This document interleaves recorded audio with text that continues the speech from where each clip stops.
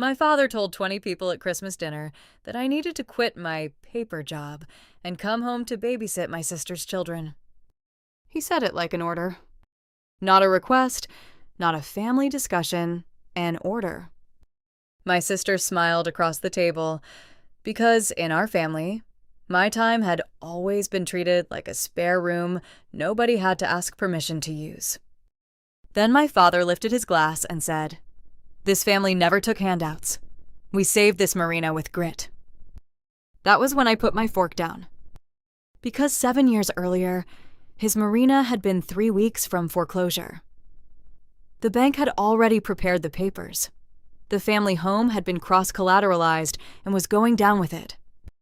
And the only reason they were still sitting in that dining room, pretending pride had saved them, was because I had secretly bought their debt through a company they had never heard of. They did not know I owned the note. They did not know I owned the house. They did not know I had spent $640,000 keeping their payroll, roof, docks, and medical bills from collapsing. So, when my father called me useless in front of everyone, I opened the manila folder beside my chair and said, "Dad, you may want to stop talking before I introduce this family to Harborlight Holdings. My name is Margot Morrison, and for most of my life, my family believed I was the spare daughter. Available, unattached, useful when needed, easy to dismiss when not. My father, Walter Morrison, owned Morrison Sons Marine, a small marina on Lake Erie that had been in our family for 3 generations. Notice the name. Morrison Sons. My father had 2 daughters and no sons, but the sign never changed. He called it tradition.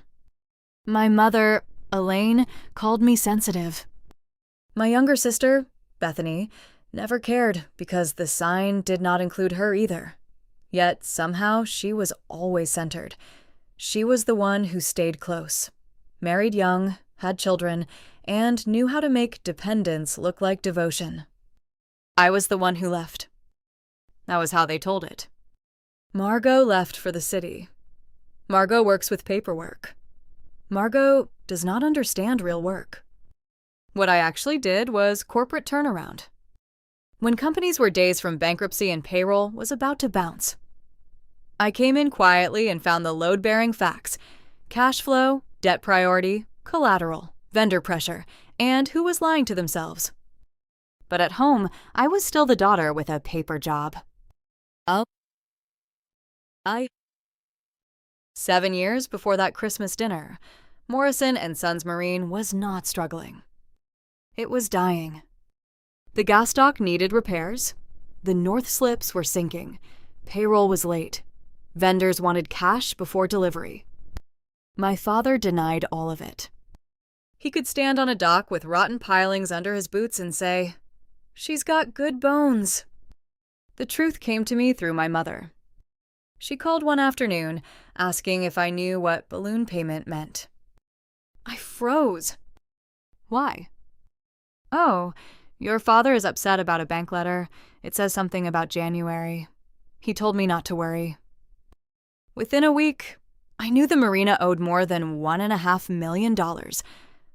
A $1.3 million balloon payment was due in January.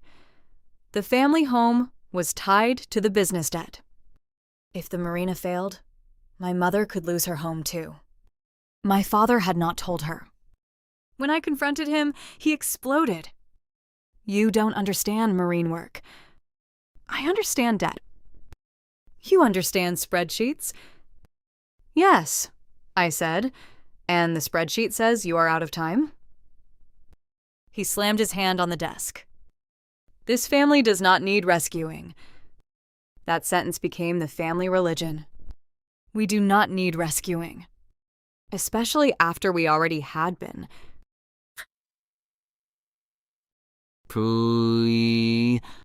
I knew my father would rather lose everything than let his daughter save him openly.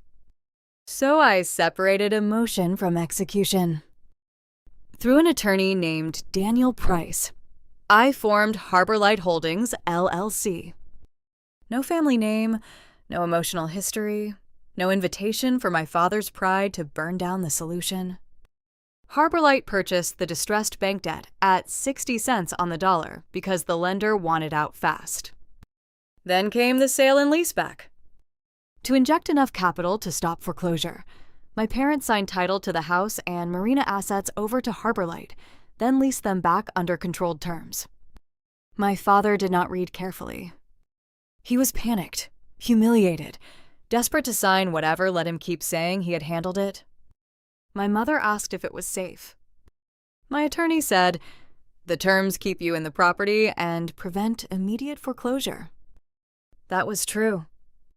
What they did not know was that Harborlight belonged to me. For 7 years, I carried the secret. When the Marina could not cover payroll, I covered it. When the roof failed, I paid. When the docks needed emergency work, I paid. When insurance lapsed, I paid. When my father had medical bills he never mentioned, I paid. $640,000 over 7 years. Not a gift. A bleed. Money leaving quietly so my family could keep pretending nothing important came from me. At first, I told myself secrecy was kindness. My father was proud. My mother was fragile. Bethany had children. The Marina employed people who had done nothing wrong. But the longer I stayed silent, the more my family mistook my silence for proof that I did not matter. My father told people he survived through grit. Bethany told me I was lucky I did not have real responsibilities, while the paycheck I quietly protected helped pay her mortgage. Only Uncle Ray seemed suspicious. Ray was my mother's brother, a retired land surveyor with sharp eyes and no patience for speeches. After Thanksgiving one year, he found me on the porch. "You know something," he said. "That is vague." You looked at Walt like a banker looks at a bad borrower. I smiled. "Occupational hazard?" He did not push. But he said, "If the day comes when papers matter, call me." I remembered that.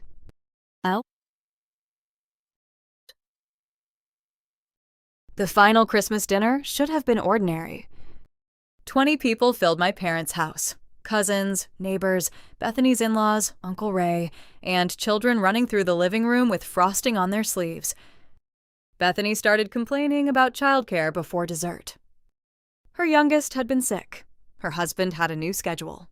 Daycare was expensive. My mother said, "Family helps family." I knew that tone. It always arrived before someone volunteered me for something. Bethany looked at me. "You work remote a lot, don't you?" "I travel for restructurings." "But you can do paperwork anywhere." My father nodded.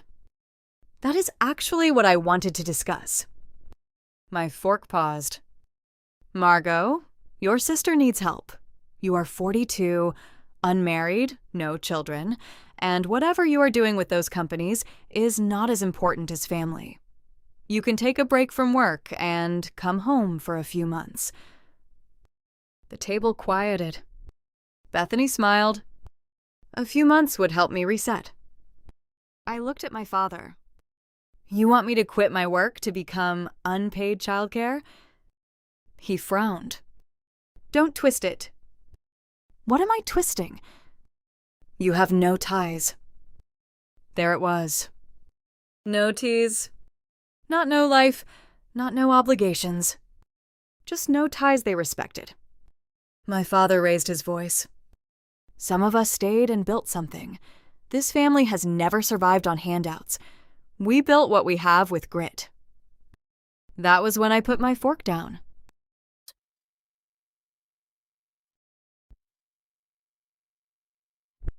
For 7 years, I had protected my father from the truth because I thought truth would destroy him. But sitting there, listening to him use the lie as a weapon, I realized something. The lie had already destroyed something. Me? Or at least the version of me that kept paying to be disrespected. I reached beside my chair and lifted the manila folder. My mother saw it first. "Margot?" I opened it. Before I decide whether to quit my job, I think the family should understand what my job does. My father sighed. "Not one of your business lectures." "No," I said. "A property record?" I slid the deed across the table. He did not touch it. Bethany leaned forward. "What is that?" "The recorded deed for this house." My mother's face drained. "The house?" I nodded. "Owned by Harborlight Holdings, LLC. My father's jaw tightened. "That was part of the bank restructuring." "Yes." I removed the next document. "This is the debt purchase agreement. The bank sold the distressed note 7 years ago." My father grabbed it. His eyes moved across the page, then back up to me. "What is this?" "The document that stopped foreclosure." Then I placed the operating support ledger beside it. "This is a 7-year summary of Harborlight capital injections, payroll gaps, dock repairs, dredging, roof work, insurance catch-up, tax penalties, medical bills." Bethany laughed nervously. "Why are you talking like this?" "Because you said I move numbers around. These are the numbers." My father's face reddened. "Who gave you these?" "I own them." The table went still. My mother whispered, "What?" I looked at her because she deserved the first clear sentence. "Harborlight Holdings is mine." Silence dropped so hard it felt physical. Then everyone started speaking at once. Bethany said, "That's not possible." My mother said, "Margot, what do you mean?" My father said, "You tricked us." Uncle Ray said, "Let her finish." That last sentence mattered. People listened to Ray. I slid the final page toward him. "Uncle Ray, would you read the ownership line?" He put on his glasses. The room waited. He read slowly. "Managing member Margot Ann Morrison." My father stood so quickly his chair scraped the floor. "You had no right—" I looked at him. "No right to save your house?" "You hid behind a company. You hid foreclosure notices from Mom." His mouth opened, then closed. "You signed the leaseback papers," I said. "You signed the transfer.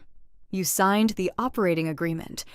You were in a panic, and you did not read carefully because reading would have made the truth real." His hand trembled against the table. "I saved this Marina." "No," I said. "I kept it alive while you told everyone you saved it."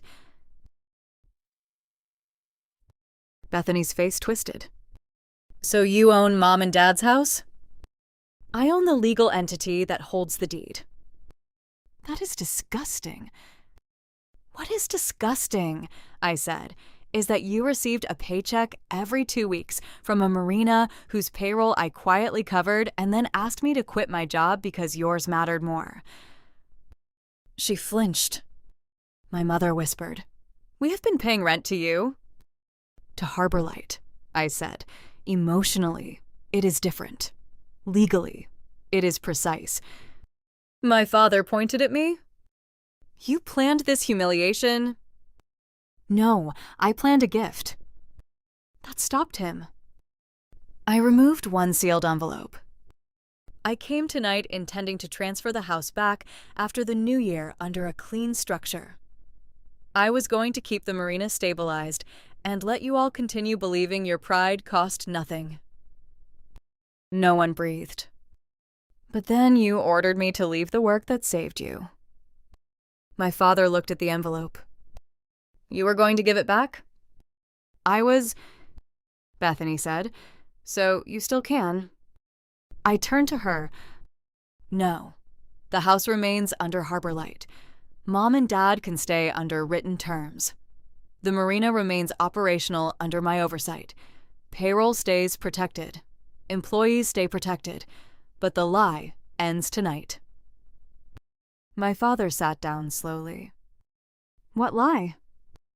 The lie that needing help is shameful unless the help comes from someone you already respect.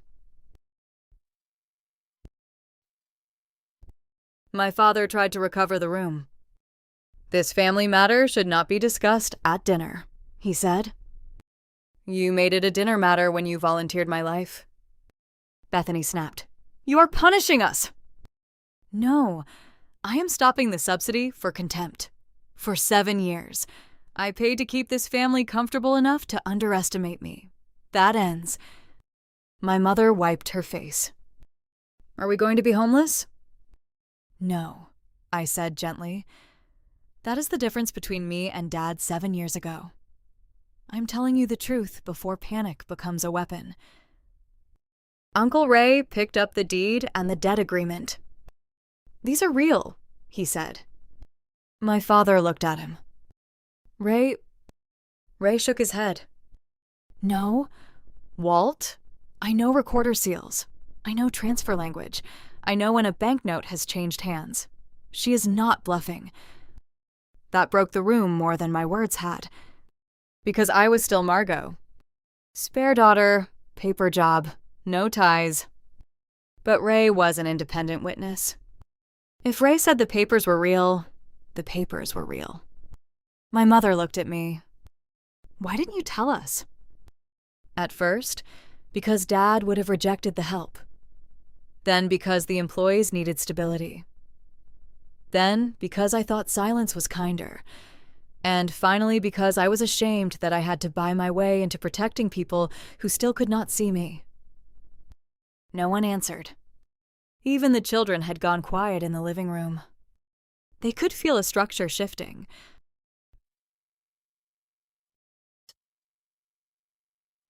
After dinner, my father went out to the back porch. I followed him because I was tired of closed doors. He stood under the porch light, staring toward the dark shape of the Marina. I thought I was protecting everyone, he said. No, you were protecting your pride. He flinched. I could not lose the Marina. You almost lost the house. I know. Do you? He did not answer. Mom asked me what a balloon payment was because you would not tell her the home she slept in was collateral. His shoulders slumped. I signed whatever your lawyer put in front of me. Yes. I didn't know it was you. I know. Would you have let us lose it?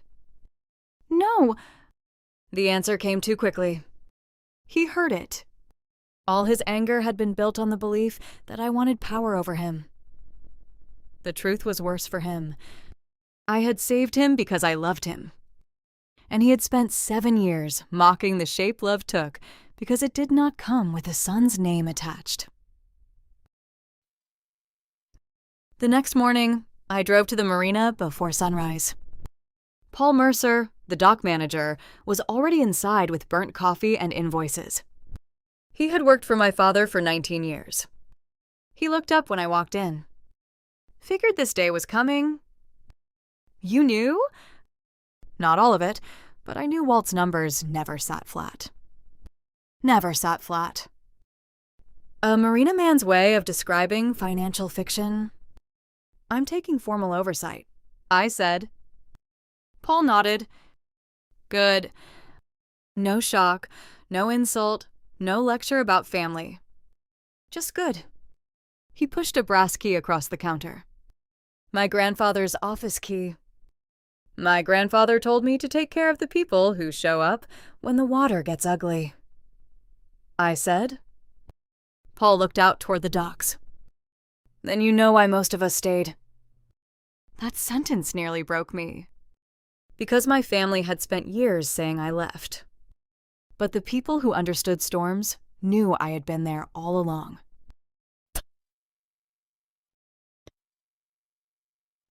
The changes did not happen dramatically. Real control rarely needs drama. Harborlight issued formal management notices. Payroll systems moved under transparent oversight. Vendor contracts were reviewed. Deferred maintenance was scheduled instead of hidden. My parents received a clear residential lease with terms my mother could understand. No surprises, no secret collateral, no pride-based accounting. Bethany did not speak to me for 3 months. Then she sent a message asking whether her job was safe. Not whether I was okay, not whether she was sorry, whether her job was safe. I replied, "Your employment will be evaluated based on performance, not family position." She called me cold. Maybe I was. Or maybe cold is what boundaries feel like to people used to warm access. My father struggled most with the story. He wanted to say grit had saved him. Instead, he had to say there had been a restructuring. At first, he avoided me. Then he asked for meetings. Then he began bringing actual numbers to the table. Not speeches, numbers. Cash flow, slip occupancy, repair estimates, fuel margins.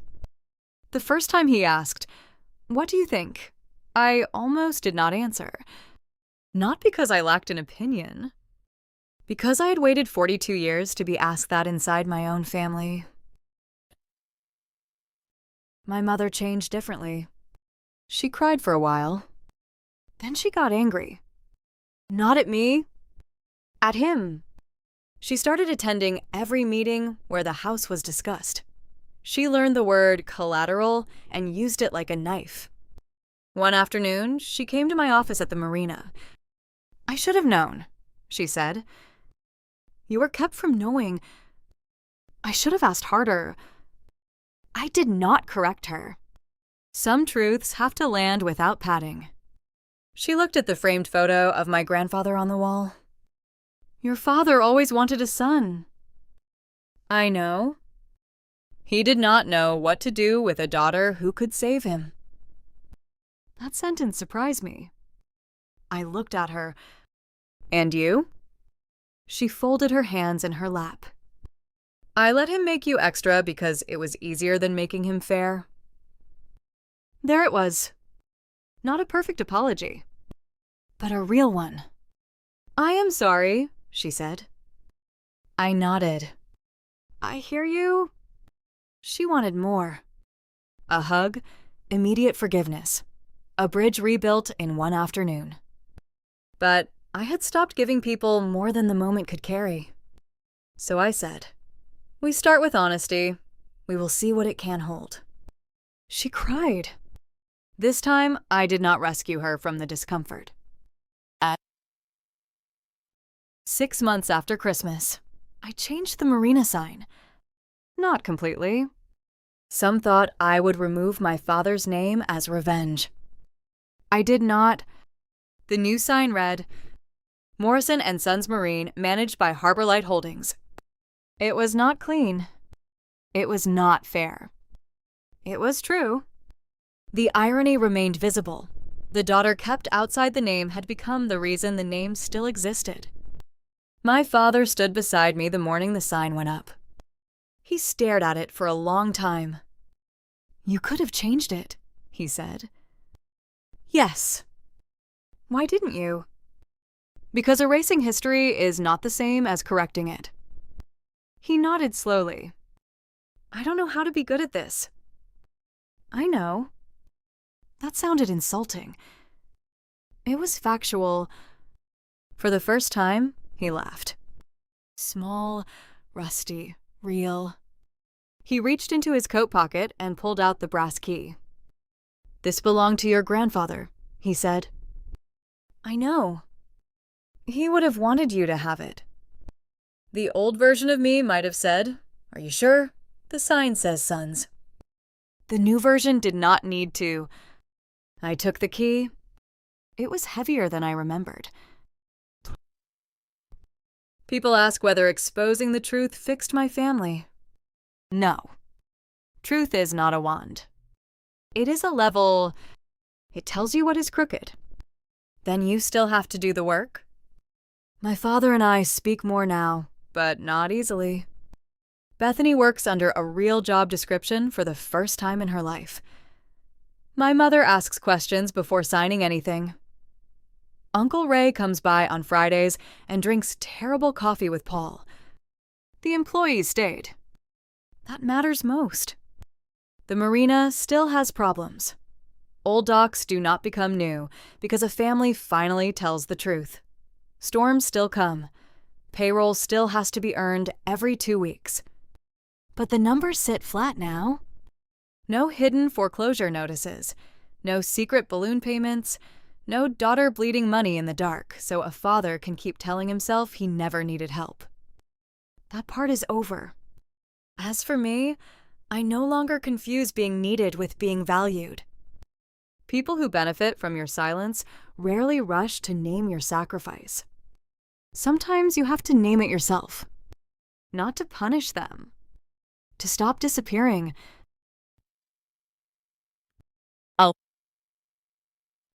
On the first anniversary of that Christmas dinner, I went to the marina before dawn. The lake was steel gray. The docks creaked softly as the water moved under them. I unlocked the office with my grandfather's brass key. Inside, the place smelled like coffee, rope, fuel, and old wood. The smell of work. Real work. On the wall, beside the new operating license, I had framed a small document. Not the deed, not the debt purchase agreement, not the ledger of $640,000. A copy of the first payroll report Harborlight had covered 7 years earlier. 11 employees paid on time. That was the part I wanted to remember. The people who would have suffered while the family argued about dignity. My grandfather had been right. You take care of the people who show up when the water gets ugly. But I added something he never taught me. You do not have to drown to prove you care. At 7:30, my father walked in with a folder of repair estimates. He did not make a speech. He placed the folder on my desk and said, "I think you should see this before I approve anything." A simple sentence. A late one. A necessary one. I opened the folder. We reviewed the numbers together. Outside, the sign creaked in the wind. Morrison Sons Marine, managed by Harborlight Holdings. Not a perfect ending. A truthful one. And for the first time in my life, I did not feel like the spare daughter standing outside the family business, waiting for someone to open the door. I had the key. I had the papers. I had the truth. And I had finally stopped paying rent inside a lie I already owned,